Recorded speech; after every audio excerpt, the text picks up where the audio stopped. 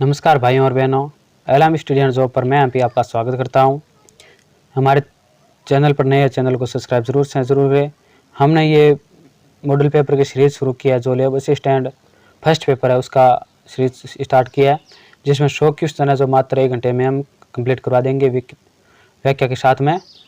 तो ये 13वां model paper है, यानी हमने पीछे 12 मॉडल पेपर करवा दिया है। 13 नंबर के मॉडल पेपर है, जिसमें प्रैक्टिस पेपर या मॉडल पेपर आप कुछ भी कह सकते हो। जो पिछले नहीं देखे तो हमारे चैनल पर जाकर वो पीछे प्ले लिस्ट बनी है वो जाकर देख सकते हैं। और भूगोल से संबंधित भी हमने महत्वपूर्ण जो मैराथन क्लास हैं वो भी डाल रखी है, वो भी जाकर देख सकते हैं आप। तो आप वीडियो के अंत तक बने रहना, जिससे आपके अच्छा ज्ञान प्राप्त होगा।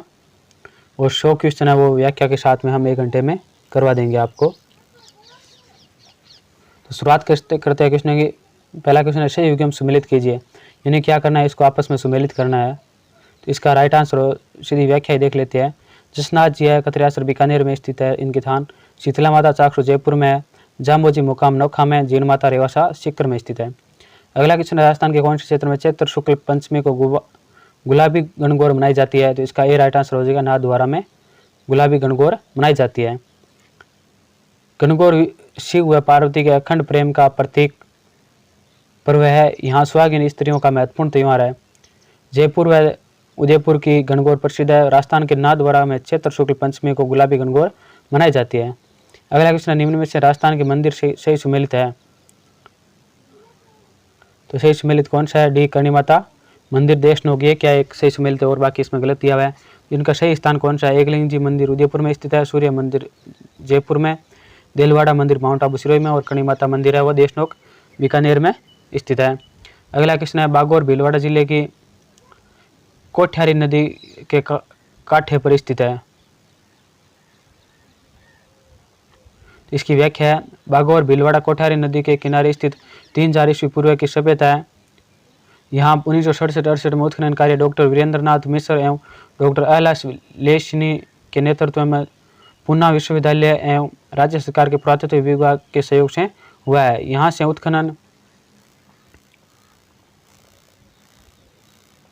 यहाँ से उत्खनन कार्य है वो। उत्खनन में बोतल के आकार के बर्तन एवं हाथ व कान के शीशे के गहने प्राप्त हुए हैं। अगला क्वेश्चन, निम्नलिखित में से कौन सा मंडोर के प्रतिहारों के इतिहास की जानकारी देता है। तो इसका भी राइट आंसर हो जाएगा, घटियाला अभिलेख है वे मंडोर के प्रतिहारों के इतिहास की जानकारी देता है। इसकी व्याख्या, जोधपुर के निकट घटियाला से 1861 ईस्वी का घटियाला शिलालेख प्राप्त हुआ है। इसमें मंग जाति को ब्राह्मणों एवं प्रतिहार नरेश कुमकुम का वर्णन है। इस अभिलेख को कुमकुम प्रतिहार ने उत्कीर्ण करवाया था। अगला क्वेश्चन, निम्न में से कौन से शासक ने अकबर से वैवाहिक संबंध स्थापित नहीं किया है। इसका राइट आंसर है, श्री रणथंभौर के राव सुरजनहाड़ा ने अकबर से वैवाहिक संबंध स्थापित नहीं किए थे। आमेर। इसकी व्याख्या, राव सुल्तान सिंह के पश्चात राव सुरजनहाड़ा बूंदी के शासक बने। उन्होंने बूंदी राज्य की खोई हुई प्रतिष्ठा को पुनः प्राप्त किया और इन्होंने रणथंभौर दुर्ग पर अधिकार कर लिया। 1569 ईस्वी में अकबर ने दुर्ग पर आक्रमण किया, परंतु कई दिनों के घेरे के बाद भी दुर्ग जीत नहीं सका था। 1569 ईस्वी में सुरजनहाड़ा ने अकबर के अधीनता संधि के माध्यम से स्वीकार कर लिए थे। इसमें आमेर के बारमल, जैसलमेर के रावल हर्राय, बीकानेर के रावल कल्याणमल थे। इन्होंने क्या किया था? अकबर से वैवाहिक संबंध है वो स्थापित किए थे। अगला क्वेश्चन है, हवा महल की पहली मंजिल का नाम है। तो इसका राइट आंसर है प्रताप मंदिर। तो हवा महल की पहली मंजिल का क्या नाम है? प्रताप मंदिर। इसकी व्याख्या, हवा महल का निर्माण महाराजा सवाई प्रताप सिंह ने 1799 ईस्वी में करवाया था। इसमें 5 मंजिलें हैं। हवा महल की प्रथम मंजिल में सुंदर फव्वारे युक्त स्नान कुंड शरद मंदिर एवं प्रताप मंदिर है। दूसरी मंजिल रतन मंदिर, तीसरी मंजिल विचित्र मंदिर, चौथी मंजिल प्रकाश मंदिर तथा 5वीं मंजिल हवा मंदिर के नाम से जानी जाती है। तो इसके सभी मंजिलों के नाम है आपको याद रख लेना, परीक्षा की दृष्टि से बहुत ही महत्वपूर्ण है और बार बार आते हैं। इस वीडियो को रोक करके आराम से देख लेना, क्योंकि ये परीक्षा में बार बार आते हैं। अलग अलग मंजिलों के अलग अलग नाम दिए हुए हैं। अगला क्वेश्चन है, मई 1947 को कालीबाई अपने अध्यापक को मुक्त कराने के दौरान पुलिस की गोलियों द्वारा भून दी गई, वह किस जिले की घटना है। तो इसका भी राइट आंसर हो जाएगा, डूंगरपुर की थी वो। डूंगरपुर की 13 वर्षीय एक भील बालिका जिन्हें डूंगरपुर के रास्तापाल ग्राम की पाठशाला में अपने अध्यापक श्री सहेंगा भाई को मुक्त कराने के प्रयास में रियासती सैनिकों ने गोलियों से छलनी कर दिया था। 21 जून 1947 को उनकी मृत्यु हो गई थी। अगला क्वेश्चन है, शेरगढ़ वन्यजीव अभ्यारण्य शेरगढ़ वन्यजीव क्षेत्र निम्नलिखित में से किस जिले में स्थित है? तो शेरगढ़ किस जिले में स्थित है? तो इसका ही राइट आंसर हो जाएगा 12 जिले में स्थित है ये। इसकी व्याख्या है, शेरगढ़ अभ्यारण्य 12 जिले में परवन नदी के किनारे 30 जुलाई 1983 को लगभग 81.67 वर्ग किमी क्षेत्र में स्थापित किया गया है। यहाँ पर चीता, तेंदुआ, जंगली सुअर, चीतल एवं सांपों की संरक्षण दिया जा रहा है। तो यहाँ पर किसको संरक्षण दिया जा रहा है? चीता, तेंदुआ, जंगली सुअर, चीतल एवं सांपों को संरक्षण दिया जा रहा है। अगला क्वेश्चन, आदिवासियों में हरे सोने के नाम से जाना जाने वाला वृक्ष है? तो इसका सी राइट आंसर हो जाएगा बांस है, वो आदिवासियों में हरे सोने के नाम से जाना जाता है। इसकी व्याख्या, बांस के वृक्ष को आदिवासियों में हरे सोने के नाम से जाना जाता है। बांस मुख्यतः बांसवाड़ा, आबू पर्वत, उदयपुर, कोटा जिलों में पाया जाता है। बांस का उपयोग टोकरी, चटाई, टेंट का ढांचा, कागज, झोंपड़ी, चारपाई आदि बनाने में किया जाता है। अगला क्वेश्चन है, सोम कमला अम्बा सिंचाई परियोजना स्थित है? तो सी राइट आंसर हो जाएगा डूंगरपुर में स्थित है। सोम कमला अम्बा परियोजना डूंगरपुर जिले में कमला अम्बा गांव में सोम नदी पर वर्ष 2001-2 में पूर्ण हुई परियोजना जो डूंगरपुर जिले के आदिवासी क्षेत्रों को सिंचाई सुविधा उपलब्ध करवाती है। अगला क्वेश्चन है, कोपेन वर्गीकरण के आधार पर निम्नलिखित में से कौन सा डूंगरपुर जिले के लिए है? तो डूंगरपुर जिले में कौन सा कोपेन का वर्गीकरण है, कौन सी प्रकार की जलवायु है? तो इसका ये राइट आंसर हो जाएगा AW। कोपेन के AW या उष्णकटिबंधीय आर्द्र जलवायु प्रदेश के अंतर्गत राज्य के डूंगरपुर व बांसवाड़ा जिले को दक्षिणी भाग आते हैं। गर्मियों में अधिक गर्मी एवं सर्दियों में अधिक सर्दी इस प्रदेश की विशेषता है। अगला क्वेश्चन, निम्नलिखित में से कौन सी नदी कामधेनु नदी भी कहलाती है? इसका राइट आंसर है बी, चंबल नदी को कामधेनु नदी भी कहा जाता है। चंबल नदी के अन्य नाम है चरणवती, कामधेनु, सदावाहिनी, मालव गंगा नदी मध्य प्रदेश के इंदौर जिले में महू छावनी के निकट स्थित जनापा पहाड़ी से निकलती है। चंबल राजस्थान की सबसे लंबी, सबसे बड़े अपवाह क्षेत्र वाली एकमात्र नित्यवाही नदी है। अगला क्वेश्चन है, रेड क्लिफ रेखा का राजस्थान में विस्तार है? तो इसका ये राइट आंसर हो जाएगा हिंदुमल कोट, गंगानगर से बाकासर बाड़मेर तक इनका विस्तार है। इसकी व्याख्या है, राजस्थान में रेड क्लिफ रेखा का विस्तार हिंदुमल कोट, गंगानगर से बाकासर बाड़मेर तक है। पाकिस्तान के साथ लगी अंतर्राष्ट्रीय सीमा रेखा की लंबाई 1070 किमी है। राज्य के 4 जिले उत्तर से दक्षिण क्रमशः श्रीगंगानगर, बीकानेर, जैसलमेर व बाड़मेर से अंतर्राष्ट्रीय सीमा लगती है। अगला क्वेश्चन है, राजस्थान का देशांतरीय विस्तार है? तो राजस्थान का देशांतरीय विस्तार कितना है? तो इसका राइट आंसर हो जाएगा ए। इसका ये राइट आंसर है 69 डिग्री 30 मिनट पूर्वी से 78 डिग्री 17 मिनट पूर्वी देशांतर है। राजस्थान का विस्तार कितना है? 69 डिग्री 30 मिनट से 78 डिग्री 17 मिनट पूर्वी देशांतर है राजस्थान का देशांतरीय विस्तार। इसकी व्याख्या, राजस्थान का विस्तार 23 डिग्री 3 मिनट उत्तर से 30 डिग्री 12 मिनट उत्तरी अक्षांश एवं 69 डिग्री 30 मिनट से पूर्व से 78 डिग्री 17 मिनट पूर्वी देशांतर के मध्य स्थित है। अगला क्वेश्चन, राजस्थान के निम्न जिलों में से कौन सा एक जिला अरावली पहाड़ी का विस्तार नहीं है? सीकर, झुंझुनू, जालोर और अलवर इनमें से अरावली श्रेणी में नहीं आता है। तो इसका राइट आंसर हो जाएगा जालोर नहीं आता है। राजस्थान में अरावली पर्वतमाला की अवस्थिति दक्षिण पश्चिम से उत्तर पूर्व की ओर है। अरावली पर्वतमाला का विस्तार राज्य के उदयपुर, चित्तौड़गढ़, राजसमंद, डूंगरपुर, प्रतापगढ़, भीलवाड़ा, सीकर, झुंझुनू, अजमेर, सिरोही, अलवर तथा पाली एवं जयपुर के कुछ भाग में है। अगला क्वेश्चन है, पुस्तक वीर विनोद किसने द्वारा लिखी गई थी? इसका सी राइट आंसर हो जाएगा श्यामल दास के द्वारा लिखी गई थी। इसकी व्याख्या है, वीर विनोद प्रसिद्ध ऐतिहासिक काव्य ग्रंथ है। इस ग्रंथ की रचना मेवाड़ के महाराणा सृजन सिंह के दरबारी कवि श्यामल दास द्वारा की गई थी। इस ग्रंथ में राणा सांगा और मुगल बादशाह बाबर के मध्य हुए प्रसिद्ध खानवा युद्ध का विस्तृत विवरण है। अगला क्वेश्चन है, कोटा राज्य का संस्थापक निम्न में से कौन था? इसका बी राइट आंसर हो जाएगा राव जोधा सिंह कोटा राज्य का संस्थापक था। इसकी व्याख्या है, बूंदी के शासक राव रतन सिंह द्वितीय के पुत्र राव माधो सिंह 1634 से 1648 में द्वारा स्वतंत्र कोटा राज्य की स्थापना की गई। वह अस्त्र शस्त्र विद्या में पारंगत था और मुगल दरबार में उसका अच्छा सम्मान था। माधो सिंह ने एक छोटा सा राज्य विरासत में प्राप्त किया जिसे उन्हें अपने प्रयासों से बढ़ाकर उसने 43 परगनों में विभाजित कर दिया। अगला क्वेश्चन है, वे खनिज जिनमें राजस्थान का देश में एकाधिपत्य है। तो वे खनिज कौन से है? तो सी राइट आंसर है जेस्पार, तांबड़ा, पन्ना और ओलेस्टोनाइट। इसकी व्याख्या है, तांबड़ा 100%, एस्बेस्टोस 96%, जास्पर 100%, फ्लोरस्पार 96%, ओलेस्टोनाइट 100%, पन्ना 100%, कैल्साइट 100%, सेलेनाइट 100%, सीसा-जस्ता 100%, एस्बेस्टोस 96%, फ्लोस्पार 96%, जिप्सम 93%, चांदी 90%, मुल्तान मिट्टी 90%, संगमरमर 90%, रॉक फास्फोर 90%। इस प्रकार राजस्थान में एकाधिकार वाले एक खनिज है। अगला क्वेश्चन है, निम्नलिखित में से कौन सा युग्म सही सुमेलित नहीं है? तो जो मिट्टियों के प्रकार दिए हुए हैं तो इसमें कौन सा युग्म सही सुमेलित नहीं है? तो इसके देख लेते हैं। उदयपुर चित्तौड़गढ़ लाल काली मिट्टी एक सत्य दिया हुआ है, सुमेलित है ये। अलवर जयपुर में दोमट मिट्टी ये भी सुमेलित है। श्री गंगानगर हनुमानगढ़ में भूरी बलुई मिट्टी ये क्या सुमेलित नहीं है। कोटा झालावाड़ काली मिट्टी ये भी सुमेलित है। इसकी व्याख्या देख लेते हैं। राजस्थान में गंगानगर एवं हनुमानगढ़ जिलों में भूरी रेतीली कछारी मिट्टी है, इसकी में तीव्र जल निकास होता है।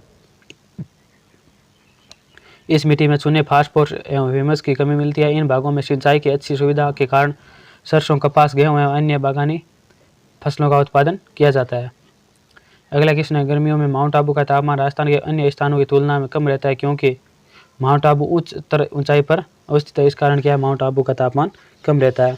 इसकी व्याख्या है, माउंट आबू राज्य में सर्वाधिक ऊंचाई पर बसा नगर है। माउंट आबू को राजस्थान का शिमला कहते हैं। यह प्रदेश का एकमात्र पर्वतीय पर्यटक स्थल है। माउंट आबू उच्चतर ऊंचाई पर अवस्थित होने के कारण यहाँ गर्मियों में तापमान राजस्थान के अन्य स्थानों की तुलना में कम रहता है। अगला क्वेश्चन है, प्रबंध कोश नामक पुस्तक का लेखक कौन है? इसका ये राइट आंसर हो जाएगा राजशेखर है, प्रबंध कोश के पुस्तक के लेखक। इसकी व्याख्या है, प्रबंध कोश की रचना जैन विद्वान राजशेखर द्वारा 1339 ईस्वी में की गई। इसमें 24 प्रबंध किए गए हैं। अगला क्वेश्चन है, बागौर एवं तिलवाड़ा नामक स्थान मुख्यतः निम्न काल से संबंधित थे। तो इसका ये राइट आंसर हो जाएगा मध्य पाषाण काल से संबंधित है। इसकी व्याख्या है, मध्य पाषाण लगभग 10,000 ईस्वी पूर्व से प्रारंभ माना जाता है। भारत में इस काल की अवधि 10,000 वर्ष पूर्व से 5,000 वर्ष पूर्व तक मानी जाती है। इस काल के उपकरणों में पत्थर के स्क्रैपर एवं पॉइंट मुख्य है। भारत में इस युग के अवशेष बागौर, भीलवाड़ा, आदमगढ़ मध्य प्रदेश, लद्दननाज गुजरात, वीरभारमपुर पश्चिम बंगाल, टेरी समूह तमिलनाडु से बड़ी संख्या में मिलते हैं। अगला क्वेश्चन है, निम्न में से आमेर के किस शासक ने सर्वप्रथम मुगलों के साथ संधि की थी? तो इसका राइट आंसर हो जाएगा डी, भारमल ने की थी।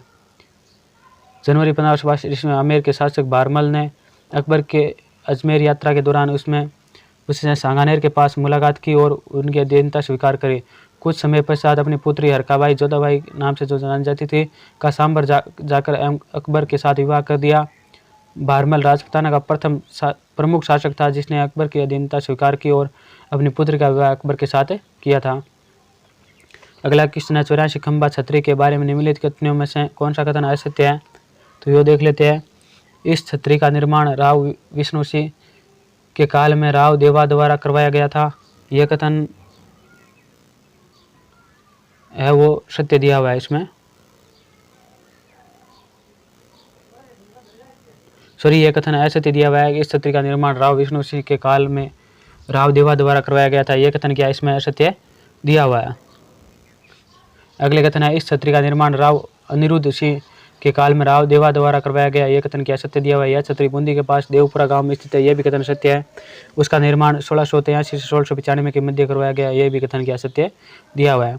बूंदी में स्थित 84 खंभों की छतरी का निर्माण 1683 ईस्वी में धाईबाई देवा की स्मृति में राव अनिरुद्ध ने देवपुरा गांव के निकट करवाया था।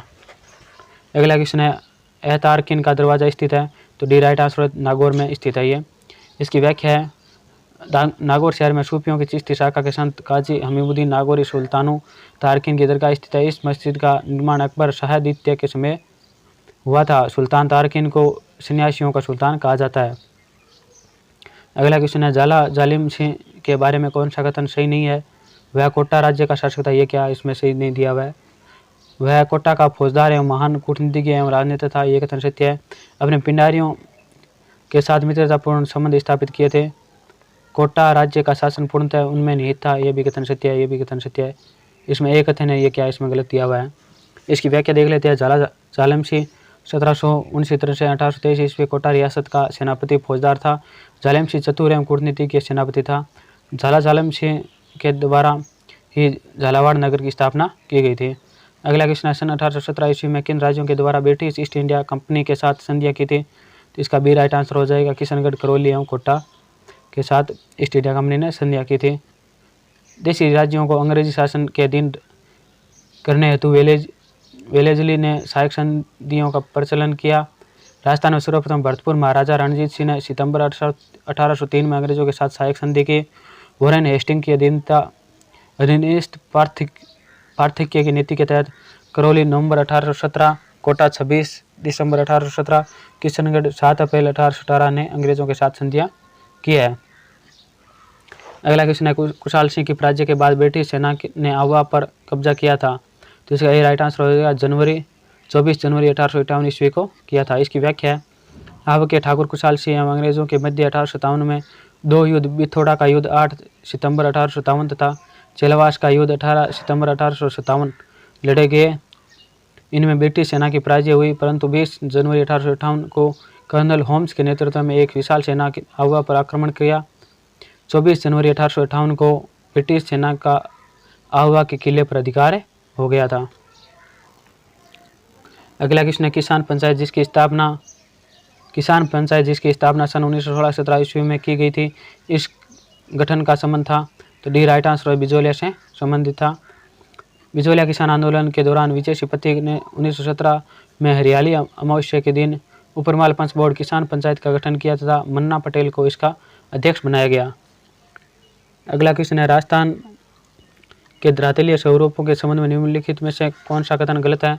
इसका सी राइट आंसर हो जाएगा, उत्तर पूर्वी मैदान सिंधु नदी द्वारा निर्मित मैदानों का भाग है। यह क्या है? इसमें गलत कथन दिया हुआ है। पश्चिमी बालू का मैदान 33 सागर का अवशेष है, यह कथन सत्य है। दक्षिण पूर्वी पठार गोंडवाना लैंड का विस्तार है, यह भी कथन सत्य है। रावली एक वलित पर्वत श्रेणी है, यह भी कथन क्या सत्य दिया हुआ है। राजस्थान के पूर्वी में भाग में स्थित मैदानी भाग राज्य के कुल क्षेत्रफल के 23% भाग में फैला है। इस मैदान का उत्तर पूर्वी भाग गंगा यमुना का मैदान से जुड़ा हुआ है। अगला क्वेश्चन है, राजस्थान की मिट्टी के संबंध में निम्नलिखित में से कौन सा कथन सत्य नहीं है? तो मिट्टियों से संबंधित जो कथन दिए हुए हैं उनमें से कौन सा कथन सत्य नहीं है, ये हमें बताना है। तो डी, ये कथन सत्य नहीं है। दक्षिणी भाग में फास्फेटिक शैलों के क्षरण से मिश्रित लाल मिट्टी का निर्माण हुआ है, यह कथन क्या इसमें सत्य नहीं दिया हुआ है। तो सत्य कथन कौन सा ABC है वो देख लेते हैं। थार मरुस्थल में ग्रेनाइट और बलुआ पत्थर शैलों से बलुई मिट्टी का निर्माण हुआ है, यह कथन सत्य है। दक्षिणी भाग में ग्रेनाइट, नीस और क्वार्टरजाइट शैलों से लाल लोमी मिट्टी का निर्माण हुआ, यह भी कथन सत्य है। दक्षिणी पूर्वी भाग में बेसाल्ट लावा के क्षरण से काली मिट्टी का निर्माण हुआ, यह भी कथन क्या सत्य दिया हुआ है इसमें। इसकी व्याख्या, राजस्थान के उदयपुर, राजसमंद, भीलवाड़ा, चित्तौड़गढ़, बांसवाड़ा जिलों में मिश्रित लाल काली मिट्टी पाई जाती है। इस मिट्टी में फास्फेट, नाइट्रोजन, कैल्शियम एवं कार्बनिक पदार्थों की कमी पाई जाती है। अगला क्वेश्चन है, सांभर झील में निम्नलिखित में से किस नदी द्वारा प्रतिवर्ष सर्वाधिक लवण की मात्रा लाकर जमा की जाती है? तो इसका सी राइट आंसर हो जाएगा, मेढा नदी के द्वारा सर्वाधिक नमक की मात्रा लाकर लवण की मात्रा लाकर जमा की जाती है। इसकी व्याख्या, भारत में खारे पानी की सबसे बड़ी झील सांभर झील है, जो जयपुर व नागौर जिलों में स्थित है। इस झील में मेंथा, मेढा, रूपनगढ़, खारी व खंडेला नदियों का पानी गिरता है। मंथा, जिसे मेंढा के नाम से जाना जाता है, नदी मनोहरपुर जयपुर से निकलकर सांभर झील में गिरती है। अगला क्वेश्चन है, राजस्थान के वे जिले जिनकी राजनीतिक सीमा भारत की सीमा अंतर्राज्यीय या अंतर्राष्ट्रीय सीमा से नहीं लगती है, तो वह कौन से जिले हैं? तो इसका सी राइट आंसर हो जाएगा, बूंदी, दौसा, राजसमंद और पाली जोधपुर ये सीमा है जिसकी अंतर्राज्यीय और अंतर्राष्ट्रीय सीमा नहीं लगती है। राजस्थान के 8 जिले अंतर्वर्तीय जिले हैं, पाली, जालोर, नागौर, दौसा, टोंक, बूंदी, अजमेर व राजसमंद ऐसे जिले हैं जिनकी सीमा किसी राज्य या देश से नहीं लगती है। अगला क्वेश्चन है 35, रामसर सम्मेलन ईरान के द्वारा चिन्हित राजस्थान में अंतर्राष्ट्रीय महत्व के वन्य जीव आर्द्रभूमि पारिस्थितिक स्थलों के नाम बताइए, तो कौन से हैं? तो सी राइट आंसर हो जाएगा, सांभर झील और केवलादेव घन्ना, ये 2 सत्य है। भरतपुर में स्थित केवलादेव घन्ना पक्षी विहार तथा सांभर झील राजस्थान को 2004 में रामसर साइट में शामिल किया गया है। रामसर कन्वेंशन को 1971 में स्वीकार किया गया था। अगला क्वेश्चन, राजस्थान की शुष्क सागवान की वृक्षारोपण है तो सर्वाधिक उपयुक्त जिले हैं, इसका भी राइट आंसर हो जाएगा, डूंगरपुर, बांसवाड़ा और उदयपुर शुष्क सागवान के वृक्षारोपण है तो अत्यधिक उपयुक्त जिले हैं। इसकी व्याख्या है, शुष्क सागवान वन 75 से 100 सेमी वार्षिक वर्षा वाले क्षेत्रों में पाई जाती है। राजस्थान में शुष्क सागवान के वन बांसवाड़ा, मुख्यतः प्रतापगढ़, डूंगरपुर, उदयपुर आदि क्षेत्रों में पाए जाते हैं। अगला क्वेश्चन है, सूची 1 और सूची 2 में सम्मिलित कीजिए तथा सूचियों के नीचे दिए गए कूट का प्रयोग कर सही उत्तर दीजिए। यानी एक सूची में खनिज दिया हुआ है, एक सूची में खनिज क्षेत्र दिया हुआ है, इनको क्या करना है? आपस में सम्मिलित करना है। तो हम सीधे ही इसकी व्याख्या देख लेते हैं। सीसा जस्ता है उदयपुर में, जावरा देबारी, मोचिया मंगरा जावरमाला, ये क्या शीशा जस्ता की खाने है। भीलवाड़ा में कौन सी है, रामपुर आगुचा। और राजसमंद में खोदरीबा, ये किसकी खाने है, जिस शीशा जस्ता की खाने है। अगला है तांबा, तांबा के झुंझुनू में कौन सी है, खेतड़ी और सिंगाणा। उदयपुर में अंजनी और सिलुम्बर। अलवर में खोदरीबा, ये क्या है, तांबे की खदानें या खनन क्षेत्र है। बेरेलियम उदयपुर में है चंपागुड़ा शिकारवाड़ी। भीलवाड़ा में मकरेड़ा। अजमेर में बादर सीदरी, ये बेरेलियम की खदानें हैं। अगला क्वेश्चन है लोहा अयस्क। लोहा अयस्क की जयपुर में है मोरिजा बानोल। दौसा में है नीमला रावशेला और सीकर में नीम का थाना, ये लोहा अयस्क की खाने या प्रमुख खनन क्षेत्र है। निम्नलिखित में से कौन सा निरंजनी संप्रदाय के संस्थापक थे, यानी जो निरंजनी संप्रदाय है उनके संस्थापक कौन थे। इसका डी राइट आंसर हो जाएगा संत हरिदास जी। इसकी व्याख्या, डीडवाना नागौर के निकट कापड़ोद गांव में जन्मे संत हरिदास ने निर्गुण भक्ति का उपदेश देकर निरंजनी संप्रदाय चलाया। इनके उपदेश मंत्र राज प्रकाश एवं हरिपुरुष जी की वाणी में संग्रहित है। निरंजनी संप्रदाय की प्रधान पीठ गाड्डा डीडवाना नागौर में स्थित है। कौन सा युगम गलत सुमेलित है, इसका सी राइट आंसर हो जाएगा मलिनाथ जी गागरोन, ये क्या है, इसमें गलत सुमेलित है। इसकी सीधी व्याख्या देख लेते हैं हम। पाबू जी है वो कोलूमठ जोधपुर से संबंधित है। तेजाजी खरनाल नागौर से संबंधित है। जो आज ही के दिन तेजाजी खरनाल नागौर में क्या है, भव्य मंदिर का शुभारंभ हो रहा है 10 तारीख को, सॉरी 11 तारीख को। मलिनाथ जी तिलवाड़ा बाड़मेर और रामदेवरा जैसलमेर में स्थित है। अगला क्वेश्चन है बिश्नोई संप्रदाय के प्रवर्तक कौन थे, इसका भी राइट आंसर है जाम्बो जी, बिश्नोई संप्रदाय के प्रमुख प्रवर्तक थे। इसकी व्याख्या, राजस्थान के नागौर जिले में पिंपासर जाम्बो जी को विष्णु का अवतार माना जाता है। इन्होंने शपथ 1542 में गुणती शिक्षाओं के आधार पर बिश्नोई 20 संप्रदाय का प्रवर्तन किया। इस संप्रदाय की प्रधान पीठ मुकाम तालवा गांव नोखा बीकानेर में स्थित है। अगला क्वेश्चन है निम्न में से कविराज श्यामलदास द्वारा रचित महत्वपूर्ण कृति कौन सी है, इसका राइट आंसर है ए वीर विनोद। इसकी व्याख्या है, मेवाड़ राज्य के ढोकलिया गांव के निवासी कविराज श्यामलदास मेवाड़ महाराणा सजन सिंह के कृपा पात्र थे। वे कवि एवं इतिहासकार दोनों थे। वीर विनोद इनके द्वारा रचित प्रमुख इतिहास ग्रंथ है। इसमें मेवाड़ का इतिहास वर्णित है। जो वीर विनोद है इसमें किसका वर्णन है, तो इतिहास का, मेवाड़ के इतिहास का वर्णन है। अगला क्वेश्चन है कौन से महीने में तीज का त्यौहार मनाया जाता है, तो इसका ए राइट आंसर हो जाएगा श्रावण में तीज का त्यौहार मनाया जाता है। इसकी व्याख्या है, सावन तीज, छोटी तीज या त्यौहार श्रावण शुक्ल तृतीया को मनाया जाता है। यह त्यौहार मुख्यतः बालिकाओं एवं नवविवाहितों का है, जिसमें स्त्रियां अपने पति की दीर्घायु के लिए व्रत करती है। जयपुर में इस दिन तीज की शुरुआत निकाली जाती है। अगला क्वेश्चन है राजस्थान रिफाइनरी लिमिटेड पंचभद्रा बाड़मेर के बारे में क्या सही है नहीं है, तो कौन सा सही नहीं है, तो सी सही नहीं है। यह परियोजना HPCL तथा भारत सरकार के संयुक्त उद्यम है। यह क्या इसमें सही नहीं दिया हुआ है, और ये सही क्या दिया हुआ है वो देख लेते हैं। यह देश की प्रथम ऐसी परियोजना है जिसमें रिफाइनरी पेट्रोकेमिकल कॉम्प्लेक्स का सम्मिश्रण है। इसकी परियोजना का लागत 43,129 करोड़ रुपये है। इसमें HPCL का हिस्सा 74% है। यह क्या A B D कथन सत्य दिया हुआ है, और C कथन है वो क्या इसमें सही नहीं दिया हुआ है या गलत दिया हुआ है। इसकी व्याख्या देख लेते हैं। राजस्थान रिफाइनरी लिमिटेड पंचभद्रा बाड़मेर परियोजना HPCL एवं राजस्थान सरकार के संयुक्त उपक्रम है, जिसमें राजस्थान सरकार की भागीदारी 26% एवं HPCL की भागीदारी 74% है। अगला क्वेश्चन है राजस्थान के किस जिले में टपुकड़ा औद्योगिक क्षेत्र स्थित है, तो इसका डी राइट आंसर हो जाएगा अलवर में स्थित है। अगला क्वेश्चन है राजस्थान में सूदी तीर्थ स्थित है, तो ए राइट आंसर जैसलमेर में स्थित है। जैसलमेर में लोदरवा मार्ग पर भीलों की ढाणी के पास काक नदी के मध्य भगवान गणेश की प्राकृतिक प्रतिमा है। इस स्थान को चवियन ऋषि का आश्रम कहा जाता है। कालांतर में यह चूधी के नाम से प्रसिद्ध हो गया। यहाँ गंगा सप्तमी व गणेश चतुर्थी को मेला लगता है। अगला क्वेश्चन है राजस्थान प्राच्य विद्या प्रतिष्ठान स्थित है, तो इसका भी राइट आंसर जोधपुर में स्थित है। राजस्थान राज्य प्राच्य विद्या प्रतिष्ठान 1951 ईस्वी में जोधपुर में स्थापित किया गया था। यह संस्थान हस्तलिखित ग्रंथों के संग्रह, सुरक्षण, संपादन, प्रकाशन एवं संरक्षण का कार्य करता है। अगला क्वेश्चन है इजलास खास की स्थापना की थी, इसका राइट आंसर है बी महाराणा सज्जन सिंह ने की थी। इसकी व्याख्या है, मेवाड़ की महाराणा सज्जन सिंह ने जनता की सुविधाओं में सुधार करने हेतु इजलास ए खास नामक दरबार कोर्ट की स्थापना की है। अगला क्वेश्चन है किस प्रजामंडल आंदोलन के तहत कर्षण दिवस मनाया गया, तो इसका राइट आंसर है बी मारवाड़ प्रजामंडल आंदोलन के तहत कर्षण दिवस मनाया गया।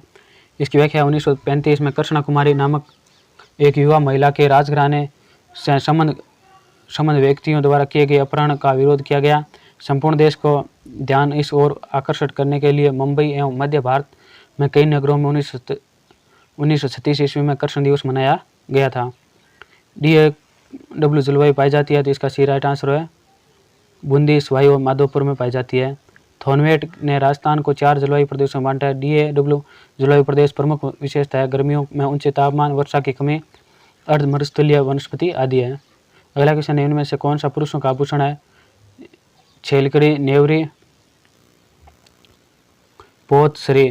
तो इसमें जो छेलकड़ी है, छेलकड़ी ये क्या पुरुषों का आभूषण है? अगला क्वेश्चन, सॉरी इसकी व्याख्या है। छेलकड़ी पुरुषों के कान में पहने जाने वाला एक आभूषण है। पुरुषों के कान के अन्य आभूषण है मुर्की, ओगनिया, झेला एवं लूंग है। पोत महिलाओं के गले का पहने जाने वाला आभूषण है तथा नेवरी महिलाओं के पैरों का पहना जाने वाला आभूषण है। अगला क्वेश्चन है, अप्रैल 2022 में इंडियाज़ गॉट टैलेंट के विनर कौन बने?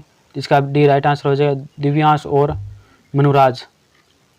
Reality show India's got talent 2022 के विनर शाहपुरा जयपुर के दिव्यांश और भरतपुर के मनुराज रहे हैं। शो में पहली बार हिंदुस्तानी शास्त्रीय संगीत और पश्चिमी संगीत का कमाल जुगलबंदी देखने को मिली थी। अगला क्वेश्चन है, तीसरे राष्ट्रीय जल पुरस्कारों में राजस्थान का कौन सा स्थान प्राप्त हुआ है? तो इसका बी राइट आंसर हो जाएगा द्वितीय स्थान प्राप्त हुआ है। राष्ट्रपति ने नई दिल्ली में तीसरे राष्ट्रीय जल पुरस्कार प्रदान किया। 11 श्रेणियों में राज्य, संगठनों और व्यक्तियों को 57 पुरस्कार दिए गए। सर्वश्रेष्ठ राज्य श्रेणी में उत्तर प्रदेश को प्रथम, राजस्थान को दूसरा और तमिलनाडु को तीसरा पुरस्कार दिया गया था। जल शक्ति मंत्रालय ने पहली बार राष्ट्रीय जल पुरस्कार वर्ष 2018 में प्रदान किए थे। अगला क्वेश्चन है, रणथंभौर का प्रसिद्ध मेला आयोजित होता है? तो इसका बी राइट आंसर हो जाएगा भाद्रपद शुक्ल चतुर्थी को रणथंभौर का प्रसिद्ध मेला आयोजित होता है। इसकी व्याख्या है, गणेश जी का मेला रणथंभौर सवाईमाधोपुर में भाद्रपद शुक्ला चतुर्थी गणेश चतुर्थी को आयोजित होता है। उल्लेखनीय है कि रणथंभौर दुर्ग में स्थित त्रिनेत्र गणेश जी का प्रसिद्ध मंदिर राजस्थान भर में प्रसिद्ध है। अगला क्वेश्चन है, फूलडोल उत्सव मनाया जाता है? इसका सी राइट आंसर हो जाएगा रामसनेही पंथ द्वारा फूलडोल उत्सव मनाया जाता है। इसकी व्याख्या है, रामसनेही पंथ वैष्णव धर्म की एक प्रमुख निर्गुण भक्ति उपासक विचारधारा है। उत्तर भारत में भक्ति आंदोलन के प्रमुख संत रामानंद के 4 शिष्यों ने राजस्थान में भिन्न भिन्न रामसनेही संप्रदाय का प्रारंभ किया। इनकी प्रधान गद्दी शाहपुरा भीलवाड़ा में है, जहाँ पर फूलडोल महोत्सव मनाया जाता है। राजस्थान में रामसनेही की 4 प्रमुख पीठें हैं, रेण नागौर, शाहपुरा भीलवाड़ा, सिंहस्थल बीकानेर एवं खेड़ापा जोधपुर। इन शाखाओं से संबंधित बार बार परीक्षाओं से हर एक बार क्वेश्चन आ जाता है, तो ये महत्वपूर्ण है। इसको थोड़ा वीडियो को रोक करके देख लेना आराम से। नाथ द्वारा शैली के पेंटिंग्स को सामान्यतः कहा जाता है, इसे पिछवाइयाँ कहा जाता है। ये राइट आंसर हो जाएगा। इसकी व्याख्या, मंदिरों में देवी देवताओं की मूर्तियों की पृष्ठभूमि में लगे वृहद आकार के परंदों को पिछवाइयाँ कहा जाता है। नाथ द्वारा का श्रीनाथ जी का मंदिर पिछवाइयों के लिए प्रसिद्ध है। अगला क्वेश्चन है, कोलंबस ने अमेरिका की खोज कब की थी? तो इसका सी राइट आंसर हो जाएगा 1492 में की थी। ये इटली का निवासी था कोलंबस। अगला क्वेश्चन है, होक्काइडो तथा होन्शु विभाजित होता है? तो इसका सी राइट आंसर हो जाएगा शुंगारू जलडमरू मध्य से ये विभाजित होते हैं। इसकी व्याख्या, शुंगारू जल संधि उत्तरी जापान में होन्शु और होक्काइडो के बीच एक जलडमरू मध्य है, जो जापान के सागर को प्रशांत महासागर से जोड़ता है। ओशुमी जल संधि क्यूशर जापान के दक्षिण में क्यूशुन और तनेगाशिमा के बीच स्थित है। तेयाम खाड़ी होन्शु जापान के होकुरिकु क्षेत्र के उत्तरी तट पर स्थित है। बुंगो चैनल क्यूशु और शिकागो के जापानी द्वीपों को अलग करने वाली एक जल संधि है। यह प्रशांत महासागर और शिकोकू के पश्चिमी छोर पर स्थित सेंटो इनलैंड सागर को जोड़ता है। इस चैनल का सबसे संकीर्ण हिस्सा होयो जल संधि है। अगला क्वेश्चन है, निकष ओलंपस पर्वत किस ग्रह पर स्थित है? तो इसका ए राइट आंसर हो जाएगा मंगल ग्रह पर स्थित है। इसकी व्याख्या, सौरमंडल का सबसे बड़ा ज्वालामुखी ओलंपस मेसी एवं सबसे ऊंचा पर्वत निक्स ओलंपिया माउंट एवरेस्ट से 3 गुना अधिक ऊंचा मंगल ग्रह पर स्थित है। अगला क्वेश्चन, निम्न में से कौन सा व्रत का उदाहरण है? तो इसका डी राइट आंसर हो जाएगा भूमध्य रेखा। इसकी व्याख्या, भूमध्य रेखा व्रत का उदाहरण है। भूमध्य रेखा 0 डिग्री अक्षांश है, जो पृथ्वी को 2 बराबर भागों में बांटती है। इस रेखा से समांतर ध्रुव तक दोनों गोलार्ध में अनेक व्रतों का निर्माण होता है। इनके उत्तर एवं दक्षिण की ओर जाने पर इन पूर्ण व्रतों का आकार क्रमशः छोटा होता जाता है। अगला क्वेश्चन है, चीन में 1911 ईस्वी के विद्रोह का क्या परिणाम हुआ? तो इसका ए राइट आंसर हो जाएगा एक गणतंत्र की स्थापना। 1911 ईस्वी में हुई चीनी क्रांति का नायक डॉक्टर सन्यात सेन था। डॉक्टर सन्यात सेन ने 1912 ईस्वी में कुओमितांग पार्टी की स्थापना की। इस क्रांति के बाद चीन में गणतंत्र शासक पद्धति की स्थापना हुई। डॉक्टर सन्यात सेन को चीन का राष्ट्रपिता कहा जाता है। इनके 3 सिद्धांत है: राष्ट्रवाद, लोकतंत्रवाद और सामाजिक व्यवस्था। अगला क्वेश्चन है भूमध्य रेखा से ध्रुवों की ओर जाने पर पृथ्वी की घूर्णन गति का वेग है वो क्या होता है? कम होता जाता है। इसकी व्याख्या है भूमध्य रेखा से ध्रुवों की ओर जाने पर पृथ्वी की घूर्णन गति का वेग कम हो जाता है। पृथ्वी की गति के कारण भूमध्य रेखा क्षेत्र में अधिक उभार एवं ध्रुवों पर चपटापन पैदा होता है। अगला क्वेश्चन है पृथ्वी पर लगभग 2000 प्रकार के खनिज पाए जाते हैं, किंतु इनमें से कुछ खनिजों से ही चट्टान की रचना होती है। इन खनिजों की संख्या कितनी है? इसकी 20 संख्या है। राइट आंसर हो जाएगा। इसकी व्याख्या है पृथ्वी के लगभग 2000 प्रकार के खनिज पाए जाते हैं, किंतु इनमें से कुछ खनिजों से ही चट्टान की रचना होती है। इन खनिजों की संख्या 20 है। सामान्यतः उपलब्ध लगभग सभी पदार्थ प्रमुख खनिज समूह से संबंधित होते हैं, जिनको सेलों चट्टानों का निर्माण करने वाले प्रमुख खनिज माना जाता है। अगला क्वेश्चन है किसका कथन है कि लोकतंत्र को जनता द्वारा और जनता के लिए शासक कहा जाता है? तो इसका ये राइट आंसर हो जाएगा। इब्राहिम लिंकन ने कहा था लोकतंत्र है वो जनता का जनता के द्वारा जनता के लिए शासन है। इसकी व्याख्या इब्राहिम लिंकन के अनुसार प्रजातंत्र को जनता का जनता द्वारा और जनता के लिए शासन कहा जाता है। अगला क्वेश्चन है अंधी घाटियाँ पाई जाती है। इसका भी राइट आंसर हो जाएगा। कास्ट प्रदेश में पाई जाती है। इसकी व्याख्या है कास्ट प्रदेशों में नदियों का जल विलयन रंध्रों से नीचे की ओर रिसने से नदियों की आगे की घाटी शुष्क रह जाती है, जिसे शुष्क घाटी कहते हैं। ऐसी घाटी के पिछले भाग को अंधी घाटी कहा जाता है। अगला क्वेश्चन है कास्ट देशों में कंदरा की ऊपरी छत से जल के रिस कर नीचे गिरने पर उनके साथ घुले हुए पदार्थों के अधिक ताप व वाष्पीकरण CO2 गैस से मुक्त होने के कारण छत से लटकने वाले स्तंभ को किस नाम से जाना जाता है? इसे स्टेलेक्टाइट के नाम से जाना जाता है।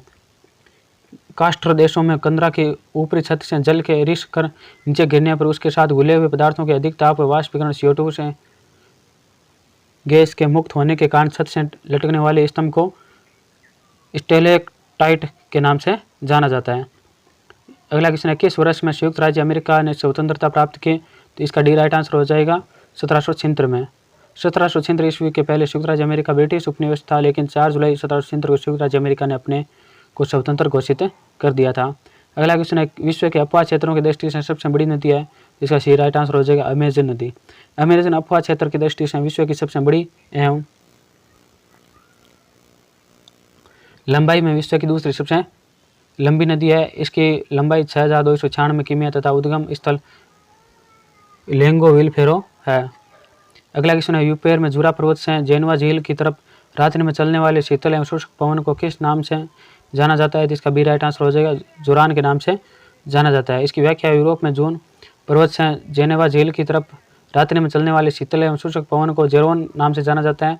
मिस्ट्रल ठंडी एवं शुष्क स्थानीय पवन है। ये फ्रांस, मध्य यूरोप, राइन नदी की घाटी में बहती है। अगला क्वेश्चन है निम्नलिखित यूरोपीय व्यापारिक कंपनियों के भारत में आगमन का सही कालक्रम है? जो यूरोपीय व्यापारिक कंपनियां भारत में आई थी उनका सही कालक्रम के अनुसार सही कौन सा है? तो ये राइट आंसर हो जाएगा पुर्तगाली, डच, अंग्रेज और फ्रांसीसी इस प्रकार भारत में आए थे।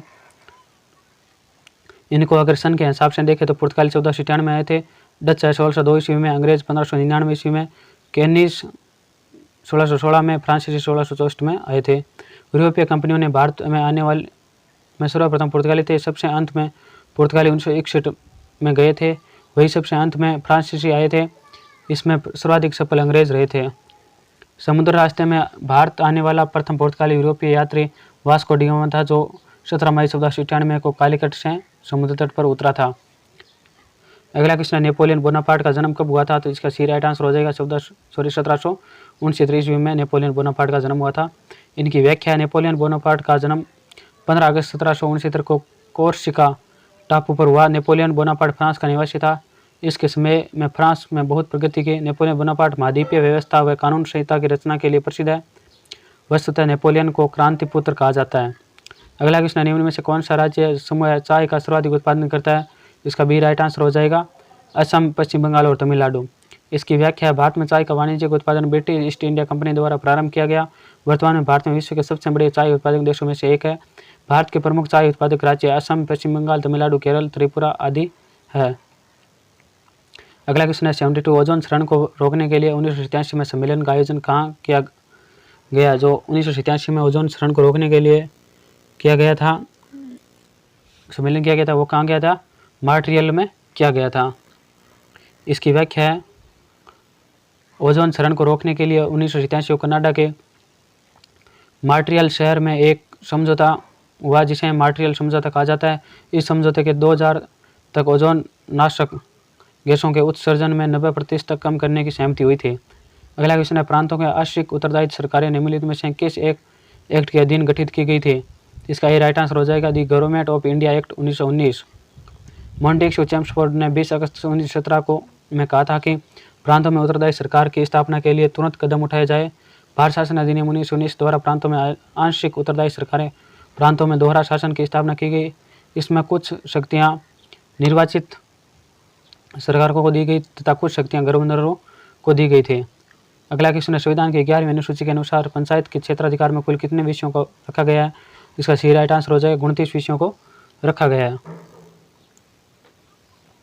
1989 में जेपी के थोंगन समिति का गठन पंचायती संस्थाओं पर विचार करने के लिए किया गया था। पंचायतों को कौन सी शक्तियाँ प्राप्त होगी, वे किन उत्तरदायित्वों का निर्वहन करेगी, इनकी सूची संविधान की 11वीं अनुसूची में दी गई।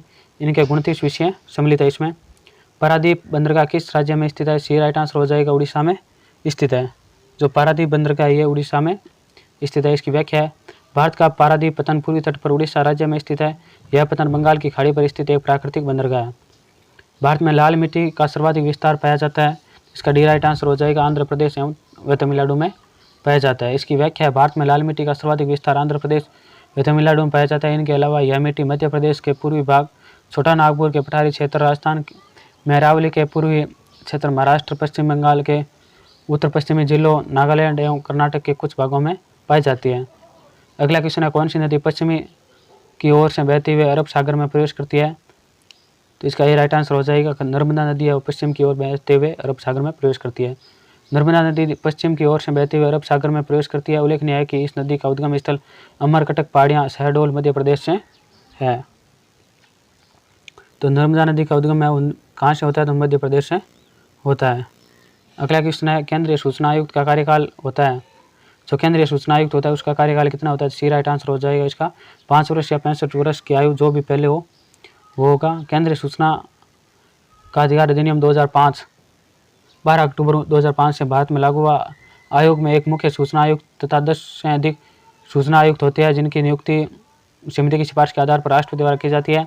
इनकी नियुक्ति 5 वर्ष या 65 वर्ष जो भी पहले हो की अवधि के लिए की जाती है। ये पुनर्नियुक्त के पात्र नहीं होते हैं। अगला क्वेश्चन है हल्दी घाटी की लड़ाई में अकबर ने राणा प्रताप को हराया था। इसकी व्याख्या है हल्दी घाटी का युद्ध 1570 को मेवाड़ के महाराणा प्रताप और मुगल सम्राट अकबर के मध्य लड़ा गया। यह युद्ध गोकंदेग के निकट अरावली पहाड़ी में हुआ। इस युद्ध का नेतृत्व मानसिंह एवं आसफ खां ने किया। इसमें महाराणा प्रताप की हार हुई थी। अगला क्वेश्चन है सिंधु घाटी सभ्यता की लिपि कौन सी थी? तो इसका सी राइट आंसर हो जाएगा अज्ञात है। सिंधु लिपि में लगभग 64 मूल चिन्ह 250 से 400 तक अक्षर है जो शैलखड़ी के आयताकार मोहरों, तांबे की गुटिकाओं आदि पर मिलती है। यह लिपि चित्रात्मक थी। यह लिपि अभी तक पढ़ी नहीं जा सकती है, यानी ये अज्ञात थी लिपि। अगला क्वेश्चन है बंगाल विभाजन के निर्णय को निम्नलिखित में से किस तारीख को लागू किया गया था?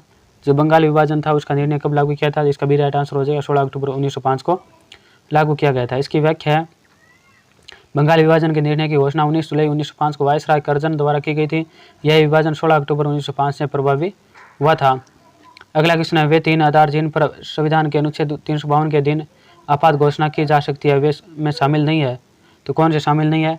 आंतरिक अशांति ये शामिल नहीं है। और शामिल कौन से है? युद्ध, बाह्य आक्रमण और सशस्त्र विद्रोह ये क्या इसमें शामिल किए हुए हैं। राष्ट्रीय आपात अनुच्छेद 352 की घोषणा अगर लिखित में से किसी भी आधार पर राष्ट्रपति के द्वारा की जाती है। युद्ध, बाह्य आक्रमण, सशस्त्र विद्रोह, राष्ट्रीय आपात की घोषणा पद्धति मंत्रिमंडल की लिखित सिफारिश पर करता है। 44वें संविधान संशोधन द्वारा अनुच्छेद 352 के अधीन उद्घोषण संपूर्ण भारत में या किसी भाग में की जा सकती है। अगला क्वेश्चन निम्नलिखित में से कौन सी 14वीं शताब्दी का एक कवि था? जो 14वीं शताब्दी का एक कवि कौन था? इसका राइट आंसर हो जाएगा बी अमीर खुसरो। ये 14वीं शताब्दी का एक प्रमुख कवि था। इसकी व्याख्या अमीर खुसरो मौलाना मोहम्मद हसन का जन्म पटियाला बदायूनी उत्तर प्रदेश में 1253 में हुआ था। वे एक प्रमुख कवि, शायर, गायक और संगीतकार थे। यह बलबन से लेकर मोहम्मद तुगलक तक दिल्ली सुल्तानों के दरबार में रहे। इन्हें भारत का तोता भी कहा जाता है। अगला प्रश्न है, हस्तिनापुर के बाढ़ में बह जाने के बाद पांडवों ने अपनी राजधानी परिवर्तन की थी, तो इसका ये राइट आंसर हो जाएगा कौशाम्बी। जो पांडव थे इसने हस्तिनापुर के बाढ़ में बह जाने के बाद कौन सी राजधानी परिवर्तित की थी? कौशाम्बी। इसकी व्याख्या, महाभारत काल में हस्तिनापुर राजधानी थी। वायुपुराण के अनुसार गंगा में बाढ़ आ जाने के कारण पूरा क्षेत्र पानी में डूब गया। उस समय पांडवों ने अपनी राजधानी हस्तिनापुर से कौशाम्बी परिवर्तन की थी। अगला क्वेश्चन है, निम्नलिखित में से किस नदी को दक्षिण की गंगा कहा जाता है? तो इसका ये राइट आंसर हो जाएगा गोदावरी नदी को दक्षिण की गंगा कहा जाता है। इसकी व्याख्या, गोदावरी प्रायद्वीपीय भारत की सबसे लंबी नदी है। इसे वृत गंगा या दक्षिण की गंगा भी कहा जाता है। गोदावरी का उद्गम नासिक जिले महाराष्ट्र में त्रियंकम गांव की एक पहाड़ी से होता है तथा यह बंगाल की खाड़ी में गिरती है। गोदावरी की सहायक नदियाँ इंद्रावती, प्राणहिता, पूर्णा, दूधना आदि है।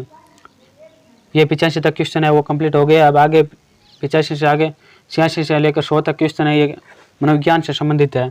जिनके भी सिलेबस में मनोविज्ञान है वो इन क्वेश्चनों को देख सकता है और बाकी ये छोड़ सकता है। तो अगला क्वेश्चन है 86 जो मनोविज्ञान से संबंधित है। शिक्षा मनोविज्ञान के क्षेत्र में अध्ययन किया जाता है, तो इसका डी राइट आंसर हो जाएगा उपयुक्त सभी बाल की मूल प्रवृत्तियों का, अनुशासन की समस्याओं का, अधिगम क्रियाओं का उपयोग सभी का क्या है? शिक्षा मनोविज्ञान में अध्ययन किया जाता है। शिक्षा मनोविज्ञान शिक्षार्थी, अध्यापक तथा शिक्षण अधिगम प्रक्रियाओं के मनोवैज्ञानिक दृष्टि से अध्ययन करता है। शिक्षा मनोविज्ञान का अध्ययन क्षेत्र है वंशानुक्रम, व्यक्तिगत भिन्नता, व्यक्तिगत अपवादात्मक बालक विकास, अधिगम प्रक्रिया, पाठ्य निर्माण, मानसिक स्वास्थ्य, शिक्षण विधियाँ, निर्देशन एवं समुपदेशन, मापन एवं मूल्यांकन, अनुशासन की समस्या, ये किसके अध्ययन क्षेत्र है? ये मनोविज्ञान के अध्ययन क्षेत्र है। माँ के गर्भ एवं जीवन के प्रथम 4 वर्षों में स्नायु संस्थान का विकास अत्यधिक तेजी से होता है। तो प्रथम 4 वर्षों तक स्नायु संस्थान का विकास अधिक तेजी से होता है। इसकी व्याख्या है, माँ के गर्भ एवं जीवन के प्रथम 4 वर्षों में स्नायु संस्थान तेजी से विकसित होता है। परिणाम स्वरूप जन्म से पूर्व ही स्नायु कोशिकाओं की संख्या और आकार में पर्याप्त वृद्धि हो जाती है। जन्म के बाद नवीन कोशिकाओं का निर्माण न होकर अपरिपक्व कोशिकाओं ही परिपक्व होती है। अगला क्वेश्चन है, केटल द्वारा विश्लेषित किए गए व्यक्तिगत शील गुणों की संख्या कितनी है? तो इसका राइट आंसर है सी 16। तो केटल के द्वारा कितने शील गुणों की संख्या बताइए? 16 है। ये शील गुण सिद्धांत में अल्पोर्ट के बाद केटल का नाम अधिक महत्वपूर्ण माना जाता है। केटल ने 16 शील गुणों को अत्यधिक महत्वपूर्ण बताया है और मापन के लिए इन्होंने एक विशेष प्रश्नावली तैयार किया जिसे 16 व्यक्तित्व काराकावली कहा जाता है। अगला क्वेश्चन है, मूल्यांकन का अर्थ है? तो इसका सी राइट आंसर हो जाएगा निर्णय देना। व्याख्या है, मूल्यांकन का अर्थ है निर्णय देना। मूल्यांकन का अर्थ मूल्य निर्धारण से है, अर्थात सीखे हुए अनुभवों से बालक के व्यवहार परिवर्तन आया या नहीं आया, इस बात का पता करके निर्णय देना ही मूल्यांकन होता है। अगला क्वेश्चन है, यह विचार कि व्यक्तित्व का निर्माण लोगों, समाज एवं सांस्कृतिक परिवेश द्वारा अधिक होता है का प्रचार किसके द्वारा किया गया? इसका प्रचार किया गया सी नव फ्रायडवादी के द्वारा किया गया। इसकी व्याख्या है, व्यक्ति का व्यक्तित्व का निर्माण लोगों, समाज एवं सांस्कृतिक परिवेश द्वारा अधिक होता है। यह विचार नव फ्रायडवादियों का है। Alfred Adler, Carl Jung, Erik Erikson एवं क्रेन हार्नी नव फ्रायडवादी कहलाते हैं ये। अगला क्वेश्चन है, एक व्यक्ति में एक समय पर 2 विपरीत इच्छाओं का होना कहलाता है। तो इसका राइट आंसर हो जाएगा द्वंद्व। मानसिक संघर्ष द्वंद्व कहलाता है। असमंजस की स्थिति ही द्वंद्व कहलाती है। जब हम कोई फैसला लेने में 2 विचारों में फंस जाते हैं तब दिल एवं दिमाग, मस्तिष्क ऐसे विचार आते हैं कि क्या सही है क्या गलत है तो वह द्वंद्व की स्थिति होती है।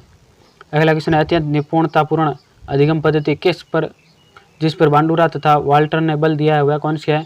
तो वह निरीक्षण युक्त अधिगम या अनुग्रहण। इस पर किसने बल दिया है? बांडुरा और वाल्टर ने बल दिया है। इसकी व्याख्या, अमेरिका मनोवैज्ञानिक अल्बर्ट बांडुरा ने सामाजिक अधिगम सिद्धांत का प्रतिपादन किया। इस सिद्धांत के अनुसार प्राणी वातावरणीय उत्तेजकों के प्रति यंत्रवत प्रतिक्रिया न करके अनेक विकल्पों में से अपने अनुभव के आधार पर श्रेष्ठ विकल्प का अनुसरण करता है। बांडुरा के अनुसार प्राणी जो कुछ सीखता है उसका अधिकांश भाग दूसरों को देखकर, सुनकर एवं समझकर सीखता है। अगला क्वेश्चन है, संवेदना ज्ञान की पहली सीढ़ी है। यह कथन है, ये मानसिक विकास का कथन है। ये संवेदना ज्ञान की पहली सीढ़ी है। इसकी व्याख्या, मानसिक विकास है विवराय ज्ञान भंडार में वृद्धि एवं उसके उपयोग से है। मानसिक विकास में प्रमुख पक्ष निम्न प्रकार है: संवेदना, निरीक्षण, स्मरण, कल्पना, चिंतन, निर्णय, बुद्धि, रुचि एवं अभिरुचि, प्रत्यक्षीकरण, ध्यान, तर्क, सीखना और भाषा, ये सब क्या मानसिक विकास के प्रमुख पक्ष है। अगला क्वेश्चन है, घोड़े को तालाब तक तो ले जाया जा सकता है, लेकिन उसे पानी पीने के लिए बाध्य नहीं किया जा सकता। इसका कारण ये है तत्परता का अभाव। इसकी व्याख्या थॉर्नडाइक ने तत्परता के नियम को सिखाने के मुख्य नियम बताते हुए स्पष्ट किया है कि मन में उत्कृष्ट अभिलाषा सीखने में बहुत मदद करती है। यानी ये जो मॉडल पेपर है हम जो ये करवा रहे हैं, अगर आपको इच्छा नहीं होगी तो हम ये कितना भी अच्छा हो तो ये आपको क्या बुरा लगेगा, और अगर आपको इसको देखने की इच्छा होगी, ये इसमें खराबी भी होगी तो भी ये क्या आपको देखने में अच्छा लगेगा। यानी आप में तत्परता कितनी का है वो इसमें निर्भर करता है। अगला क्वेश्चन, निम्न में से कौन सा उदाहरण अर्जित प्रेरक का है? तो इसका बी और सी दोनों है। पुरस्कार और रुचि दोनों क्या अर्जित प्रेरक के उदाहरण है। ये प्रेरक व्यक्ति को विशेष प्रकार की क्रियाओं का व्यवहार करने के लिए उत्तेजित करती है। मेस्लो ने प्रेरकों को 2 भागों में बांटा है, एक है जन्मजात प्रेरक, एक है अर्जित प्रेरक। जन्मजात प्रेरक ये बालक में जन्म से ही पाए जाते हैं। इन्हें शारीरिक अथवा जैविक प्रेरक भी कहा जाता है, जैसे भूख, काम, निद्रा, विश्राम, प्यास आदि। अगला है अर्जित प्रेरक। यह प्रेरक अर्जित किए जाते हैं, जैसे रुचि, आदत और पुरस्कार। अगला क्वेश्चन है, शैक्षिक समस्याओं से ग्रस्त बालकों को किस समस्या का सामना करना पड़ता है? इसका बी राइट आंसर हो जाएगा, भाषा के बोलने में असामान्यता का होना, इनका सामना करना पड़ता है। इसकी व्याख्या है, अधिगम संबंधी कठिनाइयों सभी आयु वर्ग तथा सामाजिक एवं आर्थिक स्तरों में पाई जाती है। इनके अंतर्गत मुख्यतः लिखने, सुनने, उच्चारण करने, अर्थ ग्रहण करने, संप्रेषण करने, समझने, पढ़ने, ध्यान केंद्रण, संवेग नियंत्रण आदि से संबंध होती जाती है। अगला क्वेश्चन है, कुछ लोगों का कहना है कि जब बालकों को गुस्सा आता है तो वे खेलने के लिए चले जाते हैं, जब तक कि पहले से अच्छा महसूस नहीं करते। उनके व्यवहार में निम्न में से कौन सा प्रतिरक्षा तंत्र परिलक्षित होता है? तो इसका राइट आंसर है विस्थापन, यानी वे अपने गुस्से को किसी और क्षेत्र में मोड़ देते हैं। इसकी व्याख्या है, समायोजन हेतु व्यक्ति द्वारा विभिन्न तरीके अपनाए जाते हैं, यथा मानसिक मनोरचना, आत्म सुरक्षा, रक्षा कवच, रक्षात्मक तंत्र, समायोजन तंत्र आदि है। विस्थापन में मनुष्य कष्टपूर्ण स्थिति या समस्या का सामना करने के स्थान पर उसे पलायन कर जाता है। अगला क्वेश्चन है, निम्न में से कौन सा अधिगम का निर्मितवादी विचार नहीं है? तो कौन सा नहीं है? अधिगम वैसा का वैसा संप्रत्यात्मक स्कीमा है। ये क्या कथन गलत दिया हुआ है, इसमें ये विचार नहीं है। अगला है, अधिगम एक सक्रिय अर्थ निर्माण प्रक्रिया है। ये क्या कथन विचार सही है। नया अधिगमकर्ता के पूर्व अधिगम पर आधारित होता है, यह भी विचार सत्य है। अधिगम सामाजिक अंतःक्रिया द्वारा सुगम होता है, यह भी कथन क्या सत्य दिया हुआ है इसमें और निर्मितवादी विचारधारा के अनुसार दिया हुआ है। अधिगम एक सक्रिय अर्थ निर्माण प्रक्रिया है। प्रत्येक छात्र की सक्रियता से पूर्व ज्ञान एवं नवीन ज्ञान की अंतःक्रिया से ज्ञान की सृजना होती है। नया अधिगमकर्ता के पूर्व अधिगम पर आधारित होता है। अधिगम सामाजिक अंतःक्रिया द्वारा सुगम व सरल होता है। ज्ञान बाहर विद्यमान नहीं है, ज्ञान अधिगमकर्ता द्वारा अंदर संरक्षित किया जाता है। अगला क्वेश्चन है, सीखना आदतों, ज्ञान और अभिवृत्तियों का अर्जन है। यह परिभाषा किसके द्वारा दी गई है? तो इसका सी राइट आंसर हो जाएगा, क्रो एंड क्रो के द्वारा दी गई है। अगला क्वेश्चन है, निम्न में से कौन सा नकारात्मक अभिप्रेरणा का उदाहरण है? इसका सी राइट आंसर हो जाएगा, प्रशंसा है वो नकारात्मक अभिप्रेरणा का उदाहरण है। आवश्यकता, अंतर्नोद, प्रोत्साहन, ये क्या सकारात्मक अभिप्रेरणा के उदाहरण है। बाह्य अभिप्रेरणा को नकारात्मक अभिप्रेरणा भी कहा जाता है। जब बालक बाह्य प्रभाव से कोई कार्य करता है तो वह नकारात्मक अभिप्रेरणों से प्रेरित होता है। पुरस्कार, दंड, निंदा, प्रशंसा, प्रतिद्वंदिता की भावना आदि इनके उदाहरण है। इसी के साथ ये मॉडल पेपर है ये कंप्लीट होता है। तो आपका अब दायित्व बनता है, इसमें मॉडल पेपर बनाने में बहुत ही मेहनत लगती है, बोलने में बहुत ही कठिनाई होती है, गला सूख जाता है, फिर भी कोशिश की जाती है बढ़िया तरीके से बनाने की। तो अब आपका दायित्व बनता है कि चैनल पर नए है तो हमारे चैनल और टेलीग्राम चैनल, यूट्यूब चैनल है LM स्टडी एंड जॉब को लाइक, शेयर एंड सब्सक्राइब जरूर करें, जिससे और बेल आइकन को दबाएं, जिससे आने वाला नोटिफिकेशन आप सबसे पहले मिलता रहे। और कोई भी समस्या हो, कोई डाउट हो, कोई सुझाव देना चाहते हो तो कमेंट बॉक्स आपके लिए खुला है, वहाँ जाकर आप प्यारे हाथों से अपने हाथों से कमेंट कर सकता है। और कोई भी समस्या होगी तो हम उसका समाधान करने की पूरी कोशिश करेंगे। और क्लास के अंत तक बने रहने के लिए आप सभी को बहुत बहुत धन्यवाद। जय हिंद, जय भारत।